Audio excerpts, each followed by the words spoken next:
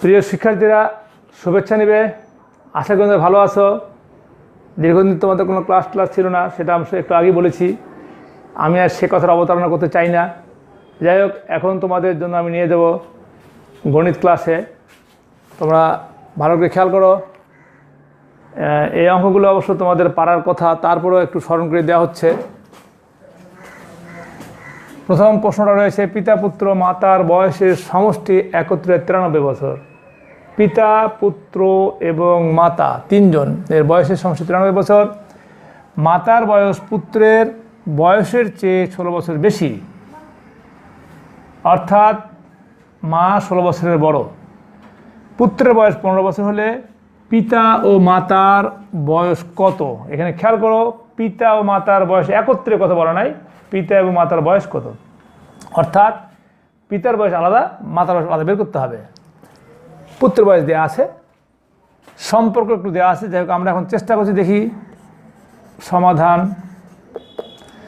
এখানে খেয়াল করো, পুত্রের বয়স বলা আছে 15 বছর এবং একটু আগে বলা আছে মাতার বয়স পুত্রের বয়সের চেয়ে 16 বছর বেশি। তাহলে আমরা লিখি পুত্রের বয়স 15 বছর, মাতার বয়স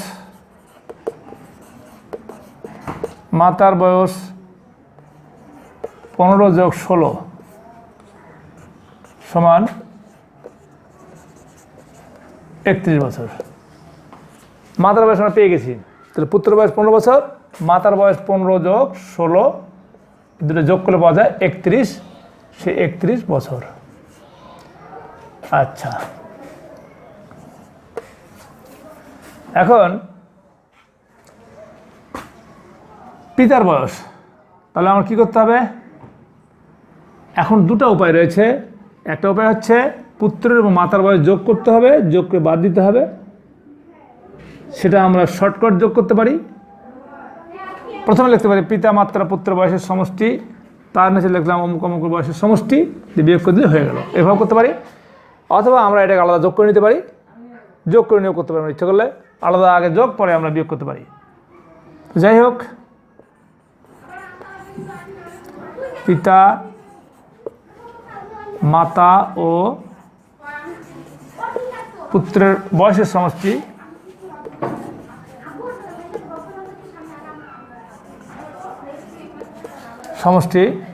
কত বছর? 93 বছর। পিতা মাতা পুত্র বয়সের সমষ্টি 93 বছর। এরপর হচ্ছে তোমার হচ্ছে কি পুত্রের এবং পুত্র মাতার বয়সের সমষ্টি, লিখে নিই পুত্র ও মাতার বয়সের সমষ্টি। আচ্ছা, তোমরা এটা যদি কেউ মনে করে যে মাতা ও পুত্র লোক, তাও কিন্তু সমস্যা নাই। পুত্র মাতা বা মাতা ও পুত্র বয়সের সমষ্টি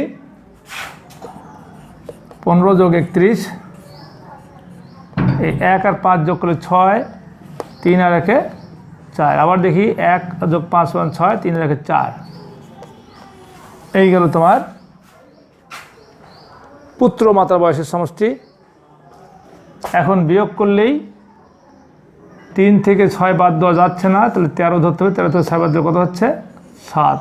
হিসাব করো, 7, 8, 9, 10, 11, 12, 13, তো 7 নামছে।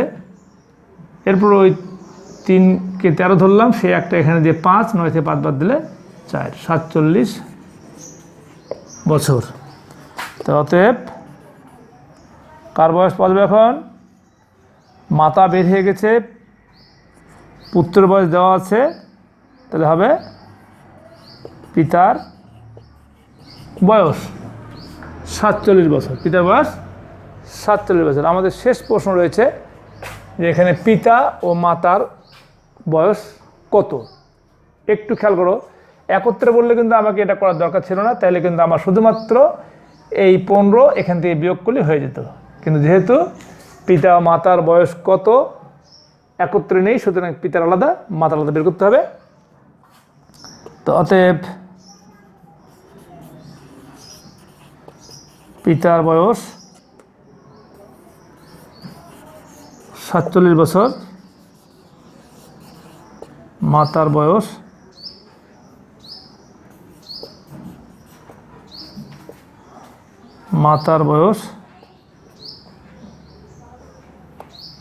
31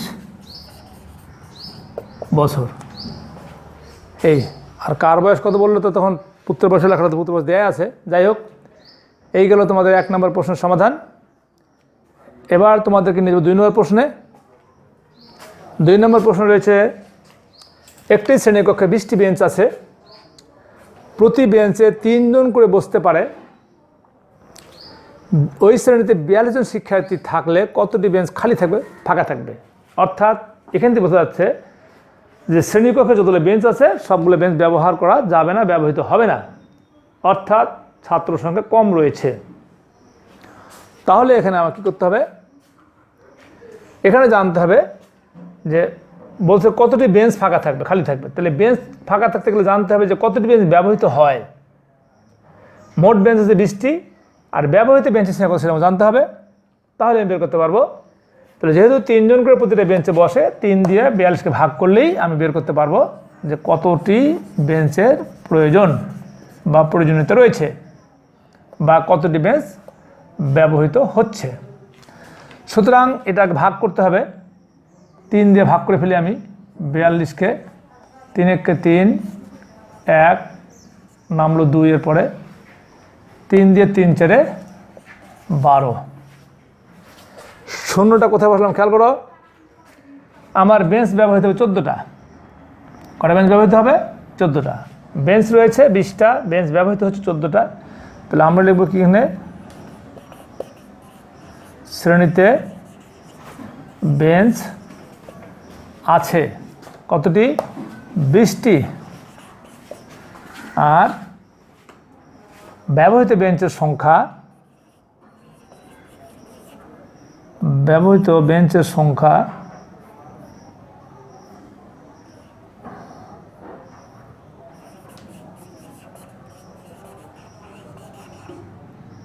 ব্যবহৃত বেঞ্চ বা বেঞ্চের সংখ্যা যাই লিখি, অসুবিধা নাই।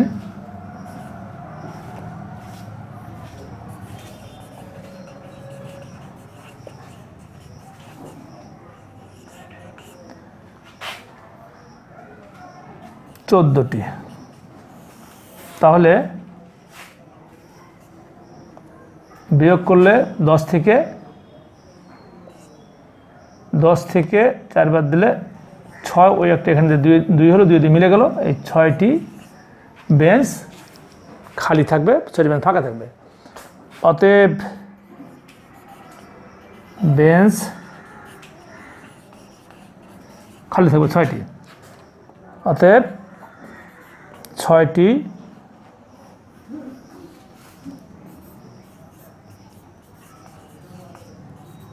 বেঞ্চ খালি বলা আছে, খালি থাকবে।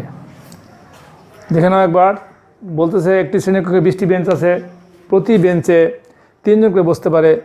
ওই শ্রেণীতে 42 জন শিক্ষার্থী থাকলে কতটি বেঞ্চ খালি থাকবে? তার মানে আমার এখানে 42 জনের জন্য কতটি বেঞ্চ লাগবে সেটা বের করতে হবে। দেখা গেল 42 জনের জন্য বেঞ্চ লাগবে 14টি, ভাগ করলে পাচ্ছি বেঞ্চ আছে 20টি। তাহলে শ্রেণীতে বেঞ্চ আছে 20টি, ব্যবহৃত বেঞ্চের সংখ্যা 14টি, অতএব বেঞ্চ খালি থাকবে 6টি বেঞ্চ খালি থাকবে। এখন তোমাদের নিয়ে এবার 3 নম্বর প্রশ্নের সমাধান খেয়াল করো।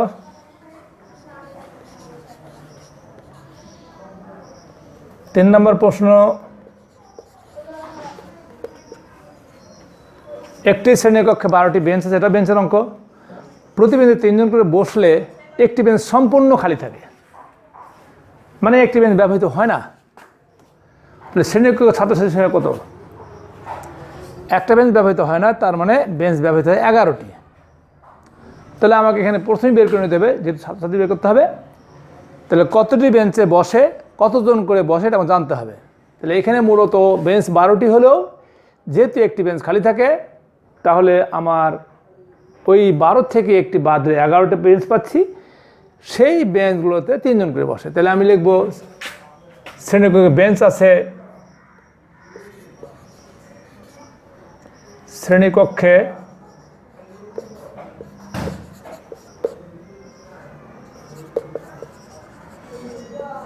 বেঞ্চ আছে 12টি, বেঞ্চ খালি থাকে একটি,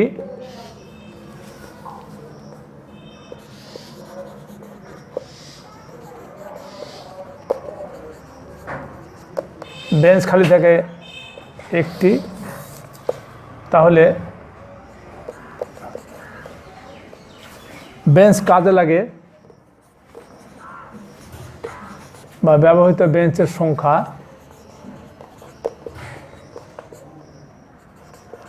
11টি। 11টা বেঞ্চ ব্যবহার করা হচ্ছে। মূলত বেঞ্চ যদিও এখানে 12টা আছে, কিন্তু বেঞ্চ ব্যবহার করা হচ্ছে 11টা। তো 11টা বেঞ্চ যদি ব্যবহার করা হয়, এখন আমাদের কাছে জিনিসটা কি কঠিন হয়ে যাচ্ছে? না, কঠিন কিছু নয়, সহজ।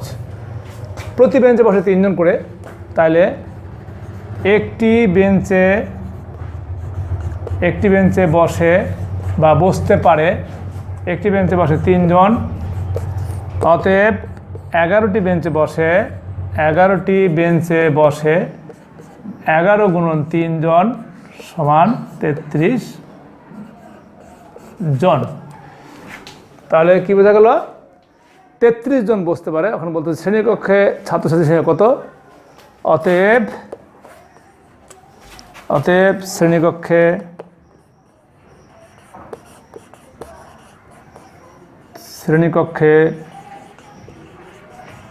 ছাত্রছাত্রীর সংখ্যা 33 জন। আশা করি তোমাদের কাছে অঙ্কটা কঠিন মনে হয়নি, আর মনে হলে একটু দেখে নিবে। সরকারি তাহলে ভিডিওটা কয়েকবার শুনবে, তাহলে বুঝতে পারবে।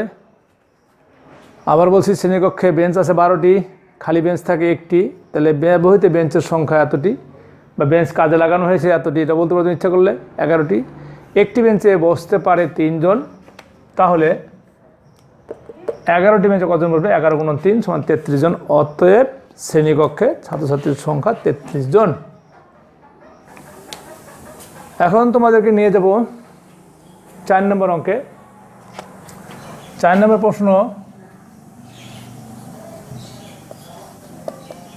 প্রশ্নটাকে পড়ে নেওয়া যাক। 1 হালি কলার দাম 8 টাকা। 1 হালি কলার দাম 8 টাকা। রহিম 100 টাকা নিয়ে বাজারে গিয়ে 28 টাকার দিয়ে চকলেট কিনলো। বাকি টাকা দিয়ে সে কত হালি কলা কিনতে পারবে? তাহলে অঙ্কটা কী করতে হবে? 100 টাকার কিছু অংশ, কিয়দ অংশ ব্যবহার করলো চকলেট কেনার কাজে, সে অংশটা হচ্ছে 28 টাকা। তাহলে এই 100 থেকে যদি 28 বাদ দেই, যে টাকাটা থাকবে সে টাকাটা মূলত কলা কেনার কাজে ব্যবহৃত হয়েছে। সুতরাং ওই টাকায় কত হালি কলা পাওয়া যায় তাই জানতে হবে, এবং তার আগে জানতে হবে 1 হালি কলার দাম কত। তাহলে কাজটা হচ্ছে প্রথমে 100 থেকে 28 বিয়োগ করতে হবে, যে ফলাফলটা বেরিয়ে আসবে সেই ফলাফলটাকে 1 হালি কলার দাম যা সেটাতে ভাগ করলেই আমরা কত হালি কলা পাওয়া যায় সেটা বের করতে পারবো। তাহলে অঙ্কটা হচ্ছে বিয়োগ, তারপরে ভাগ। তাহলে আমরা লিখব, রহিম বাজারে নিয়ে গেল বা রহিমের কাছে ছিল, সে চকলেট কিনলে এত টাকা আর এত টাকা দিয়ে এরকম লিখতে পারি আমরা ইচ্ছে করলে। দেখো ভাষাটা কিন্তু এখান থেকে তোমরা হুবহু পাবে তার কথা নয়, লিখতে পারে রহিম বাজারে নিয়ে গেল এত টাকা, সে কলা কিনলো এত টাকার, তার কাছে রইল, এরকম লিখতে হবে তোমাকে। তাহলে রহিম বাজারে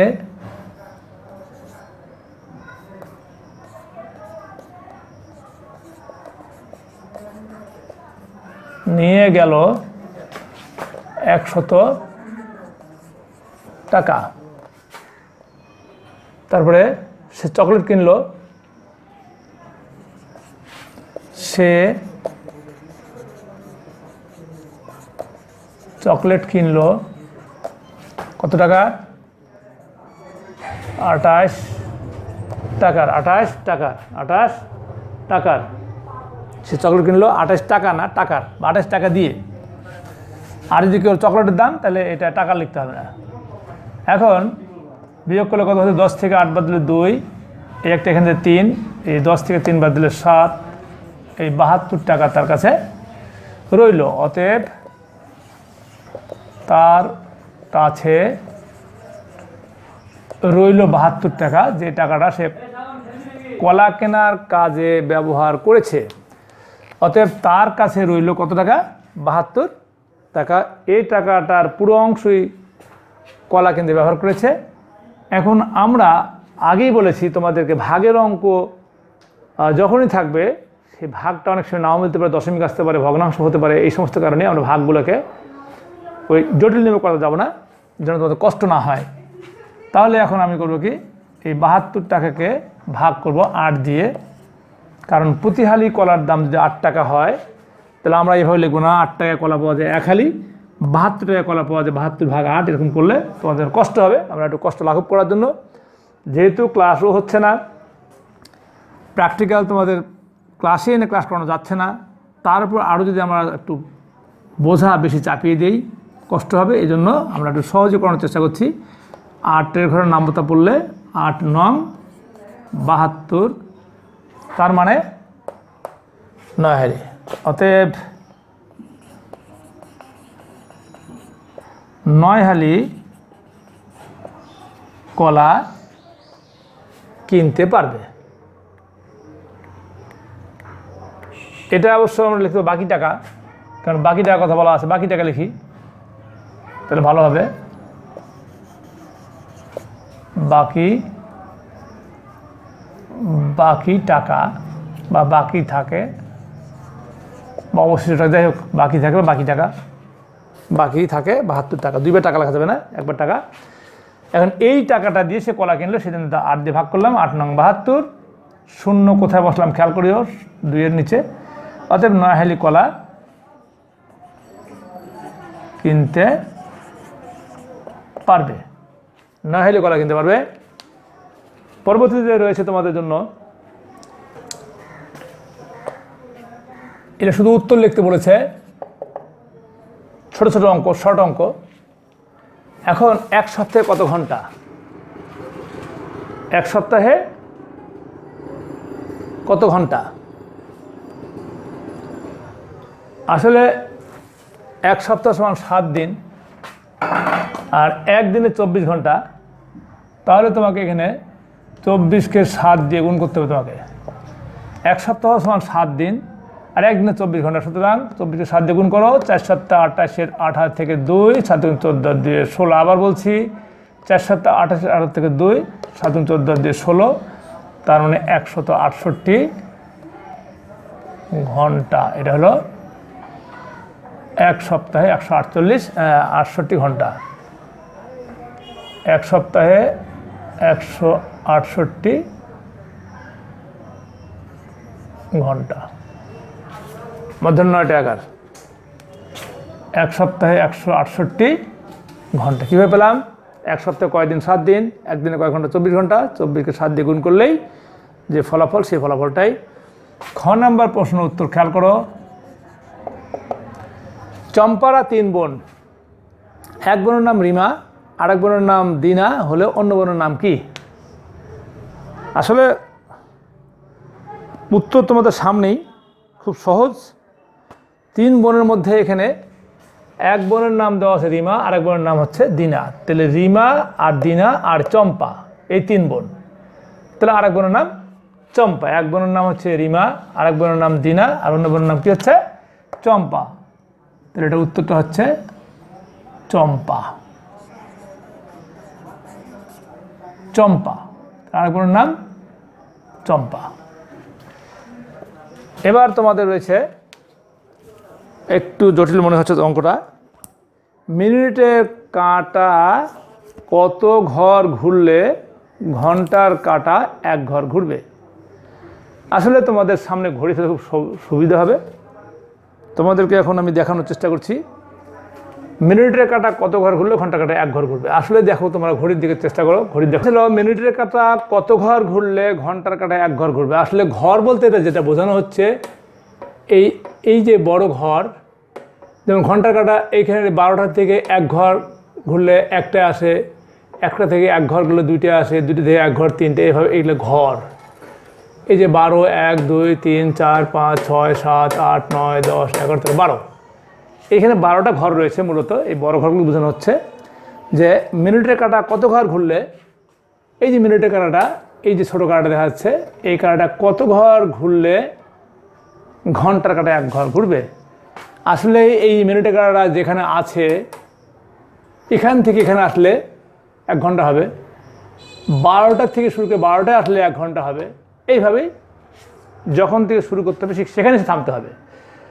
মিনিটের কাঁটা যেখানে শুরু করলো সেখানে এসে থামলে ঘন্টার কাঁটা 1 ঘর ঘুরবে। তার মানে আমরা কী বলতে পারি, মিনিটের কাঁটা এই 12 বার, এই 1 বার, 2 বার, 3 বার, 4 বার, 5, 6, 7, 8, 9, 10, 11, 12 ঘর। মিনিটের কাঁটা 12 ঘর ঘুরলে ঘন্টার কাঁটাটা কী করবে, 1 ঘর ঘুরবে, 1 ঘর ঘুরবে। তাহলে আমাদের উত্তরটা হচ্ছে 12 মিনিটের কাঁটা। হলে মিনিটের কাঁটা যদি 12 ঘর ঘুরে তাহলে ঘন্টার কাঁটা 1 ঘর ঘুরবে। মিনিটের কাঁটা 12 ঘর ঘুরলে ঘন্টার কাঁটা 1 ঘর ঘুরবে। এটা দেখলাম যে ঘর মানে এখানে বড় যে ঘরগুলো সেটাকে ঘর হিসেবে ইন্ডিকেট করা হচ্ছে। মিনিটের কাঁটা 12 ঘর ঘুরলে ঘন্টার কাঁটা 1 ঘর ঘুরবে। এই আর যদি কত পাক ঘুরলে তাহলে হবে 1 পাক ঘুরলে। যদি বলা হয় মিনিটের কাঁটা কত পাক ঘুরলে ঘন্টার কাঁটা 1 ঘর ঘুরবে, তো মিনিটের কাঁটা 1 পাক ঘুরলে ঘন্টার কাঁটা 1 ঘর ঘুরবে। এই পাক মানে পুরা 12টা থেকে 12টা আসে, এটা 1 পাক। আর কত ঘর, 12 ঘর। মিনিটের কাঁটা 12 ঘর ঘুরলে ঘন্টার কাঁটা 1 ঘর ঘুরবে। যাই হোক, আজকে তোমাদের গণিত ক্লাসে এখানে শেষ করছি। তার আগে তোমাদের হচ্ছে দ্বিতীয় শ্রেণীর গণিত বইয়ের 61 পৃষ্ঠা 2, 3, 63 পৃষ্ঠা 3, 4, 5 এবং 66 পৃষ্ঠার 1 এবং 2, এগুলো তোমরা হোমওয়ার্ক আকারে করবে। আবার বলছি, দ্বিতীয় শ্রেণীর গণিত বইয়ের 61 পৃষ্ঠা 2, 3, 63 পৃষ্ঠার 3, 4, 5 এবং 66 পৃষ্ঠার 1 এবং 2 করবে। এগুলো হোমওয়ার্ক আকারে করবে। এবং আজকে যে অঙ্কগুলো তোমাদের কাছে কঠিন মনে হয় সেগুলো অবশ্যই বাসায় তোমরা একটু ভালো করে করবে। আশা করি তোমাদের অঙ্কের যে ভীতি একটা রয়েছে যে আমরা অঙ্ক জানি না, আমাদের মাথা অত শার্প নয়, সেই ভীতিটা কেটে যাবে। যাই হোক, দেখাবো অন্য কোনো বিষয় নিয়ে। খোদা হাফেজ।